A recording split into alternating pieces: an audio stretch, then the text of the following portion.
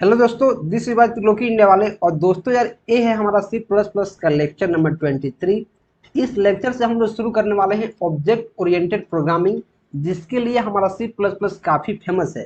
कि जो C plus plus होता है वो उस कंसेप्ट पर बेस्ड होता है, एक ऑब्जेक्ट ओरिएंटेड प्रोग्रामिंग होता है। तो आज से हम लोग ऑब्जेक्ट ओरिएंटेड प्रोग्रामिंग की तरफ बढ़ रहे हैं। ठीक है, तो चलिए हम लोग जानते हैं सी प्लस प्लस कैसे ऑब्जेक्ट ओरिएंटेड प्रोग्रामिंग को फॉलो करता है और कैसे उप्स इसमें काम करती है। ठीक है, तो बिना किसी देरी के हम लोग वीडियो में आगे बढ़ेंगे और जानेंगे उप्स के बारे में।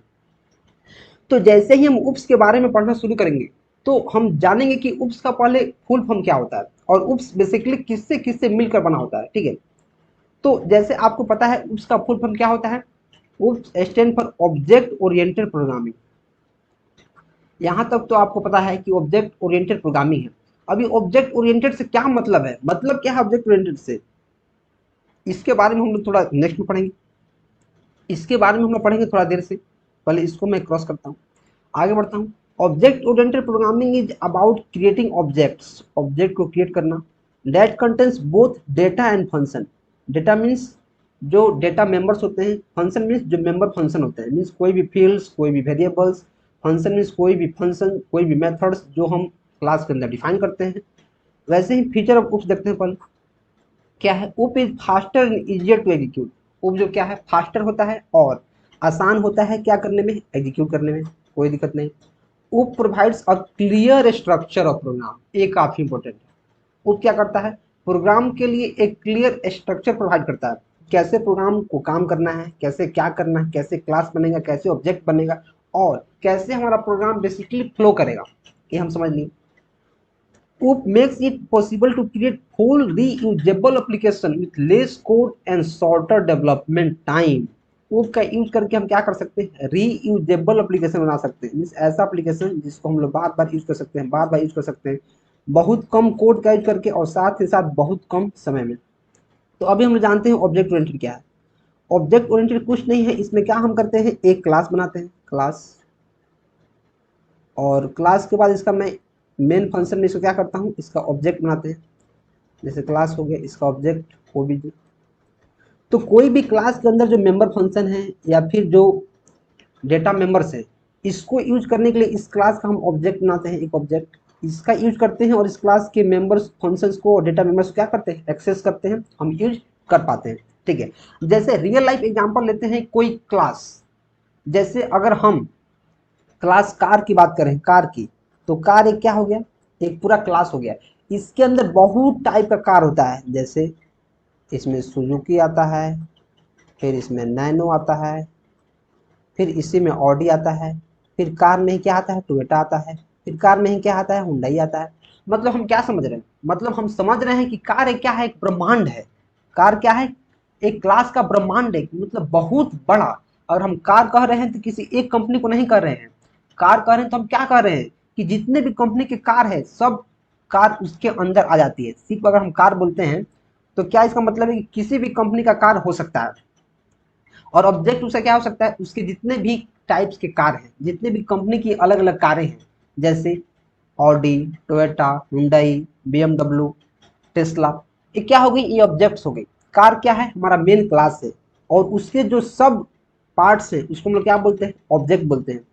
इसको हम लोग क्या बोलते हैं, ऑब्जेक्ट बोलते हैं। और ऑडी चाहता है, ऑडी अगर चाहे तो क्लास का कोई प्रॉपर्टी है उसको एक्सेस कर सकता है, और क्लास और जो कार है उसकी कुछ प्रॉपर्टी क्या कर सकता है, एक्सेस कर सकता है। ठीक है, तो ये हमारा क्या है, क्लास है और ये ऑब्जेक्ट है। इसके रिगार्डिंग हम आगे बढ़ते हैं और जानते हैं और इसके बारे में। अभी हम लोग जानेंगे क्लास क्या है, ऑब्जेक्ट क्या है। ठीक है, अभी तक हमने जाना कि उप्स कंसेप्ट क्या है। उप्स कंसेप्ट क्या है, कुछ नहीं है, ऑब्जेक्ट ओरिएंटेड प्रोग्रामिंग है जो ऑब्जेक्ट और क्लास को यूज करके प्रोग्रामिंग करता है। ठीक है, और क्लास क्या है, class is a blueprint. Blueprint means क्या, नमूना, नमूना, किसी का छाया प्रति। ब्लूप्रिंट क्या है, इसका नमूना है क्लास। एक क्लास ये टेम्पलेट, एक टेम्पलेट है ऑब्जेक्ट का। ऑब्जेक्ट के लिए क्या है, एक टेम्पलेट है, जैसे एक ढांचा है, एक स्ट्रक्चर, एक structure. Class is a collection of object. एक क्लास में बहुत सारे ऑब्जेक्ट होते हैं, एक क्लास में क्या होते हैं, बहुत सारे ऑब्जेक्ट होते हैं। तो हम लोग क्या बोल सकते हैं, class is a collection of object. जैसे एक यहाँ क्लास, क्लास, क्लास मैंने यहाँ डिफाइन किया, फिर मैंने मेन फंक्शन लिखा, मेन फंक्शन, इसके अंदर मैंने क्लास और बहुत सारे ऑब्जेक्ट बनाए, जैसे ऑब्जेक्ट 1, ऑब्जेक्ट 2, ऑब्जेक्ट 3।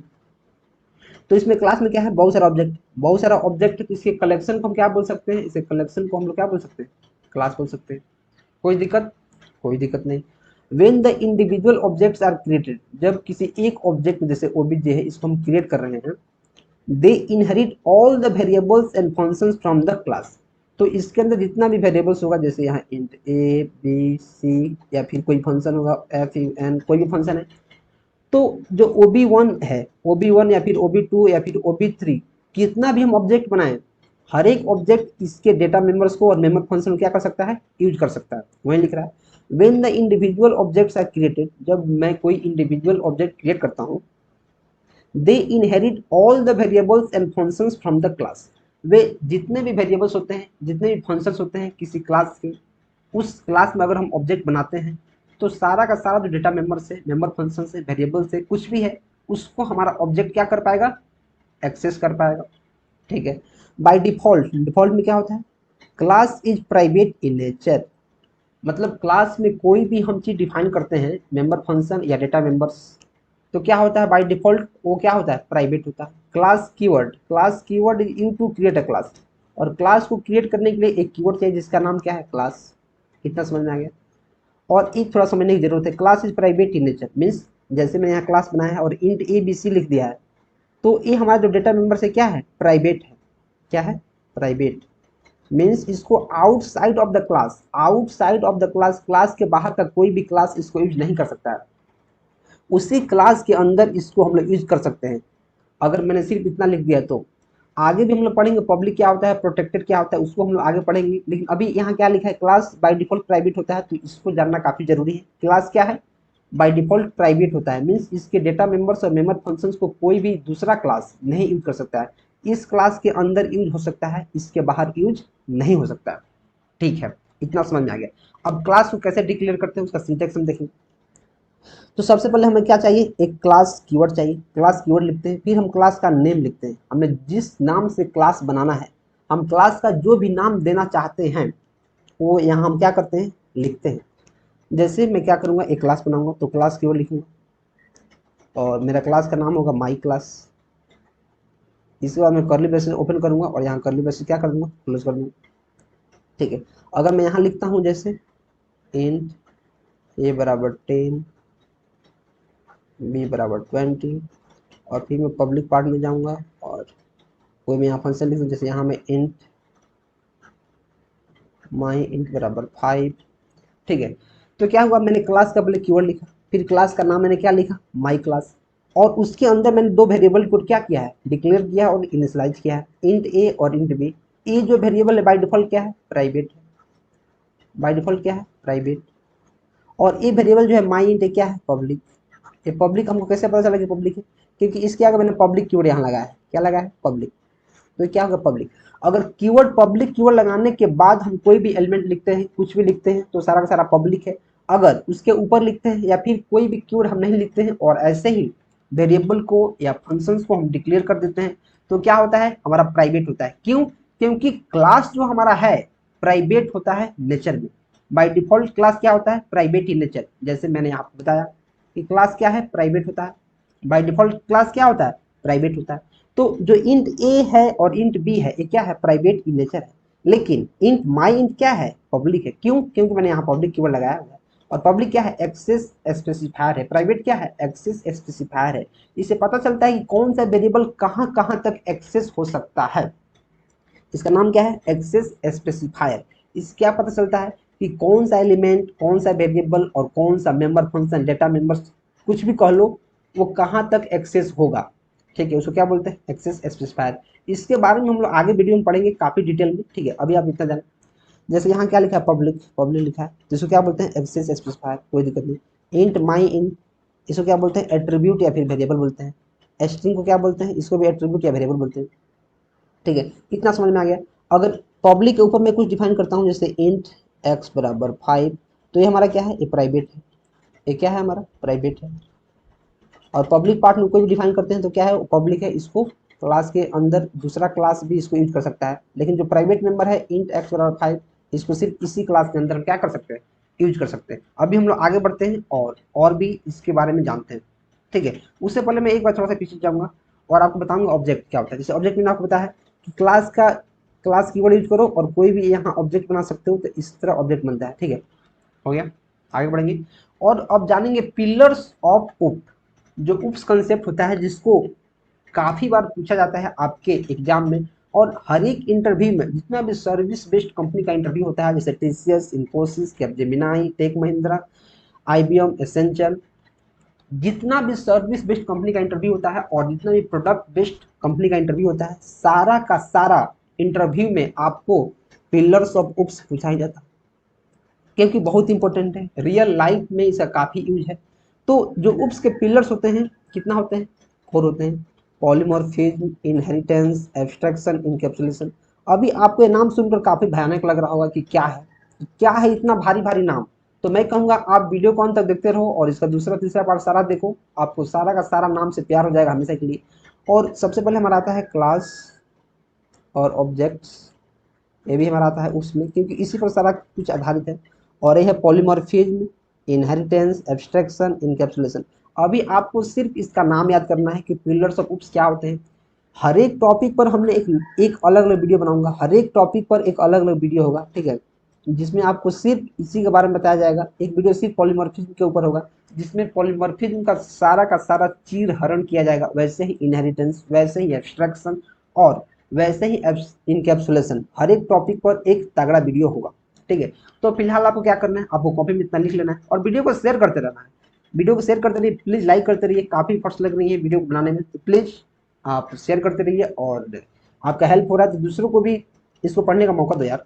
आगे बढ़ेंगे वीडियो में और देखेंगे ऑब्जेक्ट को कैसे क्रिएट करते हैं, ठीक है। तो सबसे पहले ऑब्जेक्ट को क्रिएट करने से पहले हमें क्लास क्रिएट करने आना चाहिए। तो मैंने आपको क्लास कैसे क्रिएट करते हैं इसको मैंने बता दिया है। मैंने इसमें बताया है कि क्लास को कैसे क्या करते हैं, क्रिएट करते हैं, मैंने यहाँ बता दिया है। आप पीछे करके देख सकते हैं अगर आप नहीं देखे हैं तो। मैं आगे बढ़ूंगा और आपको फिर से बताऊंगा।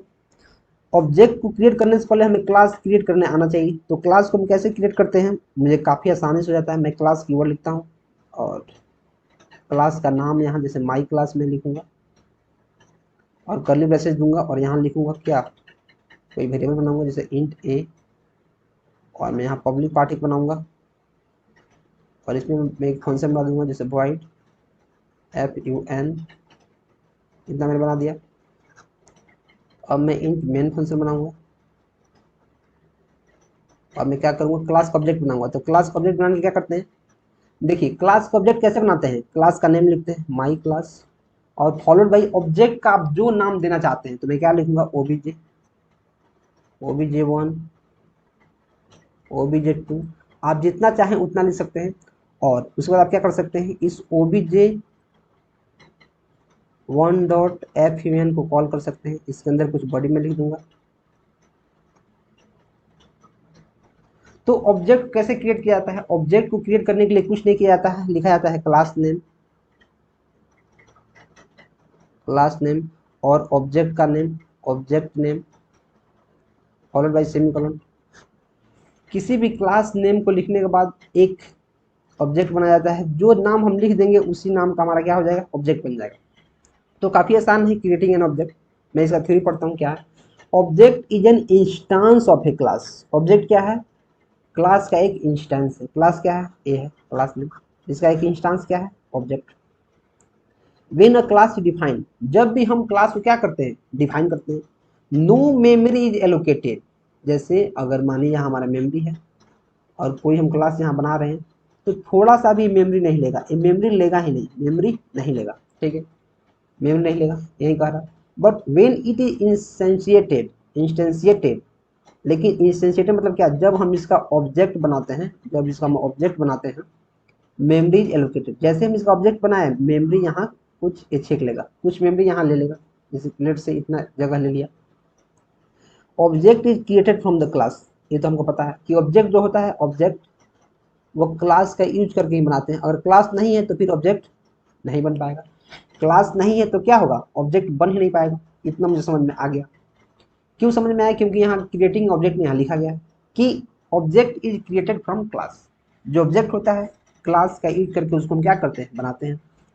To create an object, object को क्रिएट करने के लिए हम क्या करते हैं, specify the class name followed by the object name. मैंने बहुत पहले यहाँ बता दिया है क्या कि क्लास नेम लिखना है और इसके बाद ऑब्जेक्ट नेम लिखना है, वही हमारा क्या बन जाएगा, ऑब्जेक्ट बन जाएगा।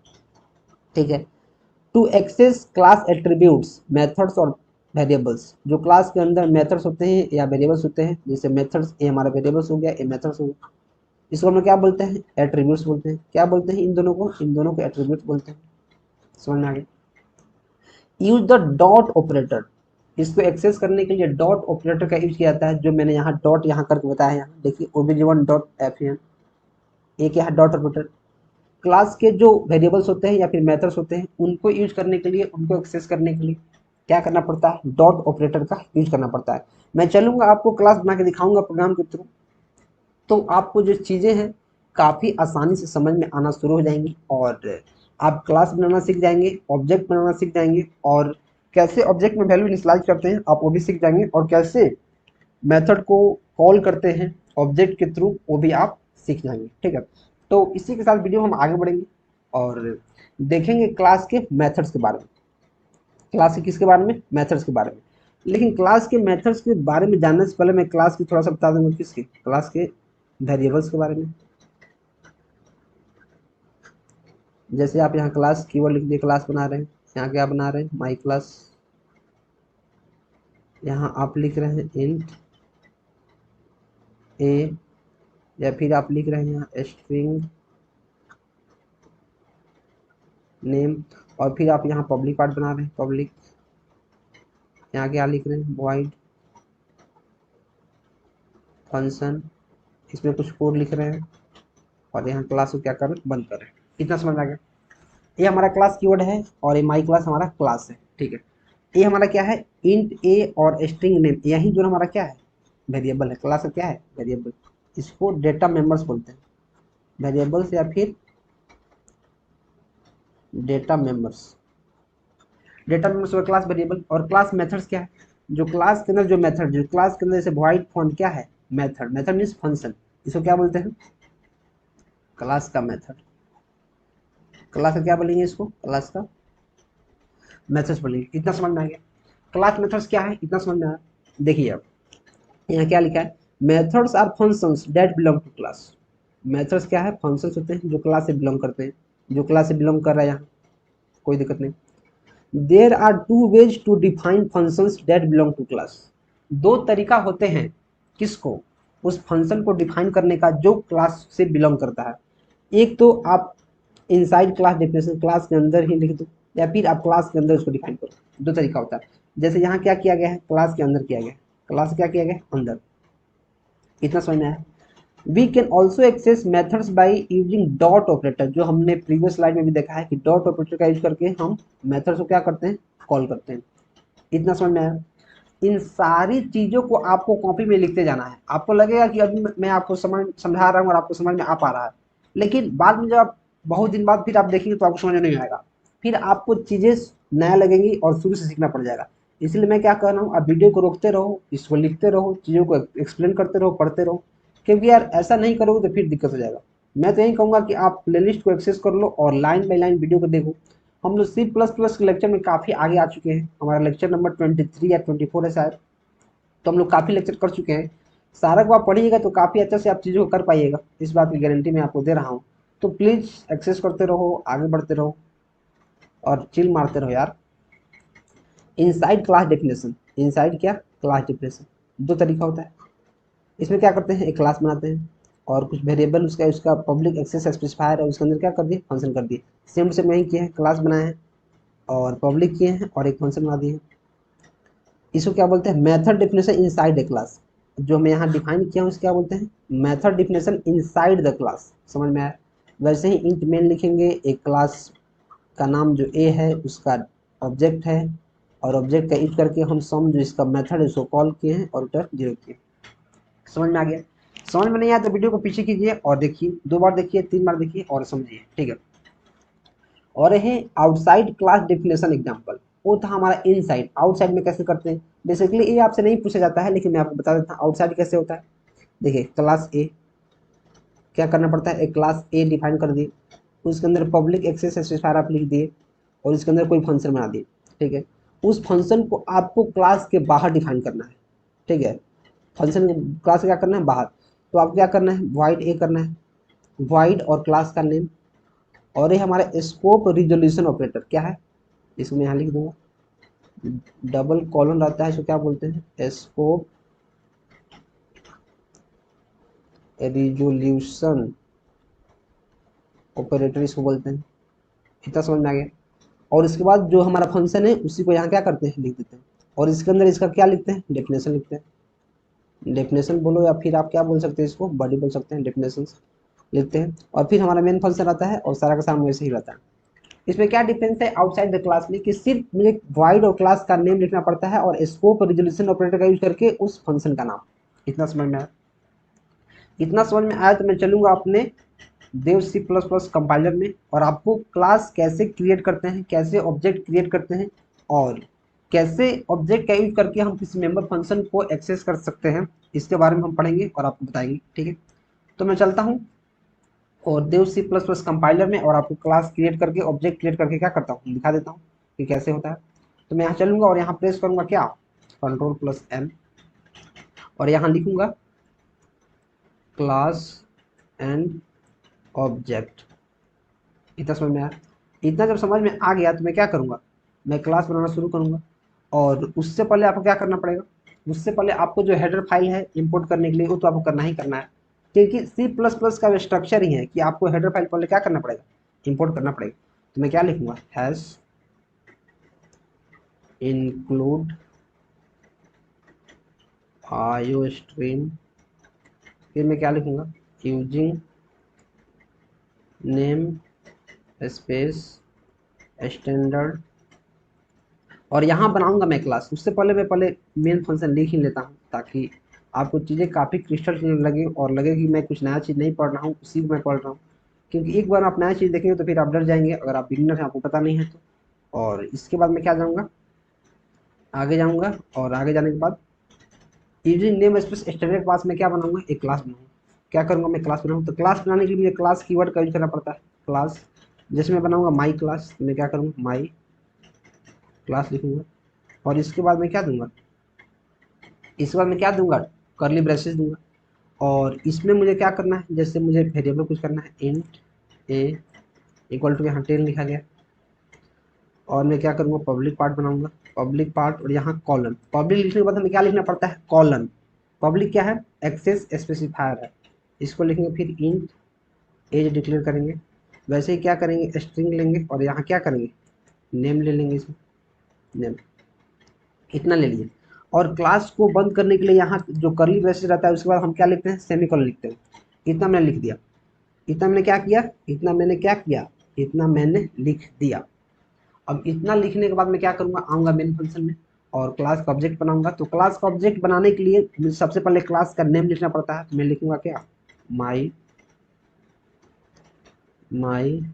Class OBJ1। एक ऑब्जेक्ट मैंने बना लिया, और एक ऑब्जेक्ट मैंने क्या किया, एक ऑब्जेक्ट मैंने बना लिया। अब मैं क्या करूंगा, ऑब्जेक्ट 1 का यूज करके इंटीजर में क्या करूंगा, कुछ वैल्यू पुट करूंगा।